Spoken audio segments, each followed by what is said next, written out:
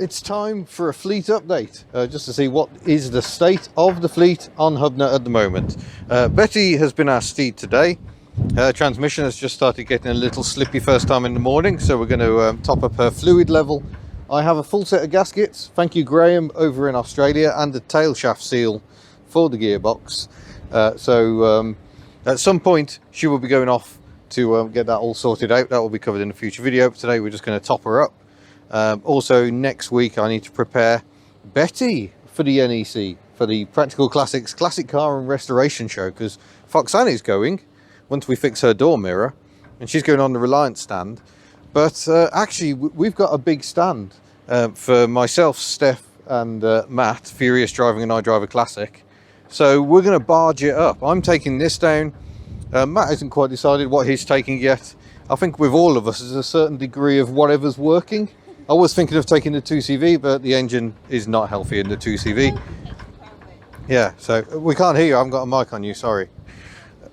But yeah, Betty will be going to the show. That is the plan. So we'll get the transmission topped up.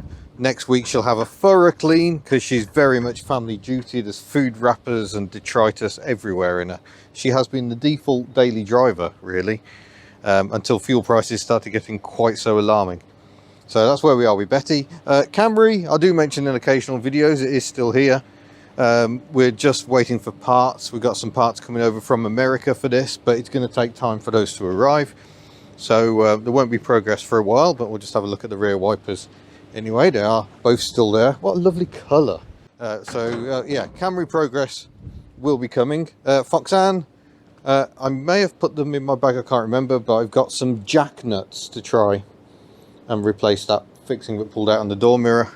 Otherwise Foxanne's pretty much good to go. The only reason I'm not driving her is because she's a van with no passenger door mirror. You can't see anything. Myrtle desperately needs to come out for a run, so Myrtle and Ellie might get swapped over at some point in the next few days. Myrtle's going okay. Shemi, I'm afraid, has not progressed because we've been so busy. I was away at the weekend, and now we're so busy with other things, but we do hope to get back on this. It's not going to fix itself. So old engine, new engine, stuff needs to be swapped around. Tuck is just buried at the moment, so she's going to have to wait for the Charade project to resolve itself. The Oltcit pair are still at the back. Newer Oltcit in rather better condition, but still need to sort out the steering and electrics, and then we can get that in for an MOT. Spares one is still sat there. A lot of people keep telling me to break this one to save space. But if I break it, it will then be all that in many more pieces spread out all over the place. And I'm not exactly blessed with shelving. I don't really want another pile of rubbish. So it's actually better to keep it all attached to the car for now. Sana possibly going this weekend. We hope that would make life easier, because I've got 3 cars at home at the moment. In fact, let's go and visit those cars right now. Ellie and Giselle are here at home at the moment. I've got 3 cars at home. I shouldn't have 3 cars at home. We haven't really got space. I've had to beg and borrow space. But yeah, the 2 of them are here. Giselle had her MOT yesterday, which she passed with a mild grumble over emissions. I think when she had that inlet manifold leak, someone had richened up the mixture to compensate. So with that fixed, she was then too rich on the test. We wound that back. She's still running well. All is good. Have actually had some issues a couple of times with her losing the first choke on the carburettor, so I think there might be some dirt in the carb that I need to try and get to the bottom of. You put your foot right down, you get the second choke cutting in, but there's just nothing on the first, so effectively you've got no part throttle. So may have to monitor that, may have to give the carb a proper clean out. As for Ellie, she's sat here, she's still making horrible noises. That engine is not very healthy. I do suspect the bottom end has pretty much gone in it. Now the noise is somewhat akin to a heat exchanger flap. So I chucked all this tape around it just to try and quieten it down and stop that. I don't think it is that. It may be amplifying the noise itself, but pretty sure something is quite badly gone in the crankshaft department on this engine. It's actually knocking quite badly, but not using oil. But what I really need to do is probably at some point get the filter off and check it for particles, see if the big end bearings are actually breaking up. But someone has offered me, through the ever helpful Chaz, a complete engine for a 2CV. It's already got the 652 kit on it. So I think I'm going to take up that very kind offer of that engine, swap the engines and put my manifold on it, because this carburetor has been tuned for 652 and it should be perfect. So I think that is probably the plan there. So that's the Citroen pair. They're both at home at the moment.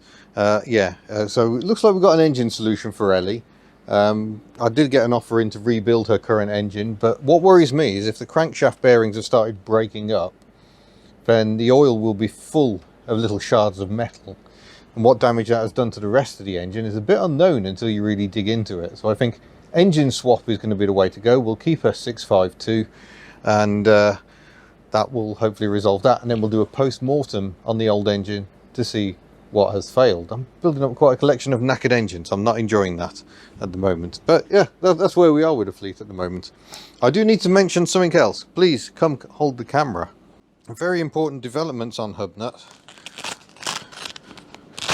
Are you ready?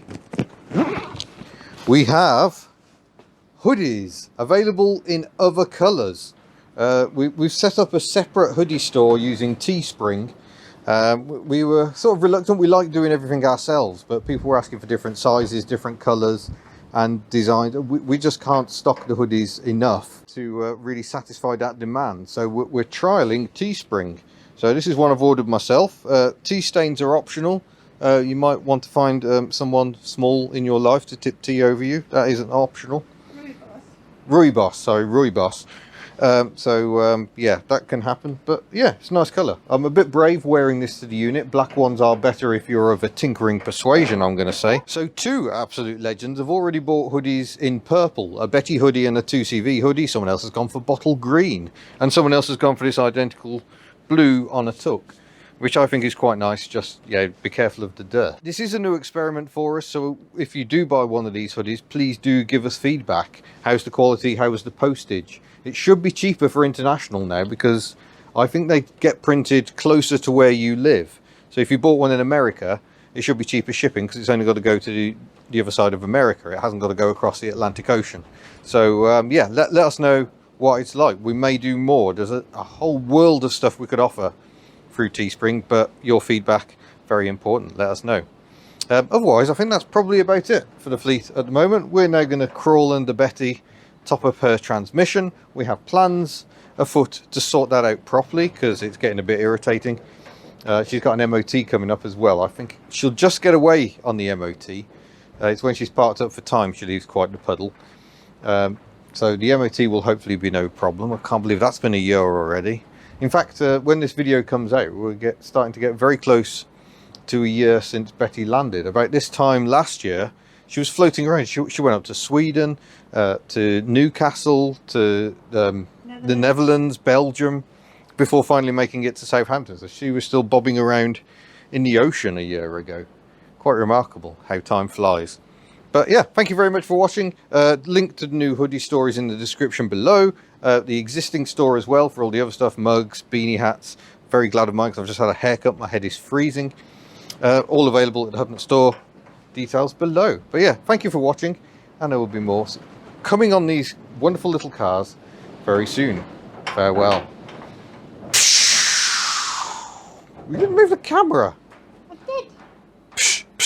That's the worst pachoo ever.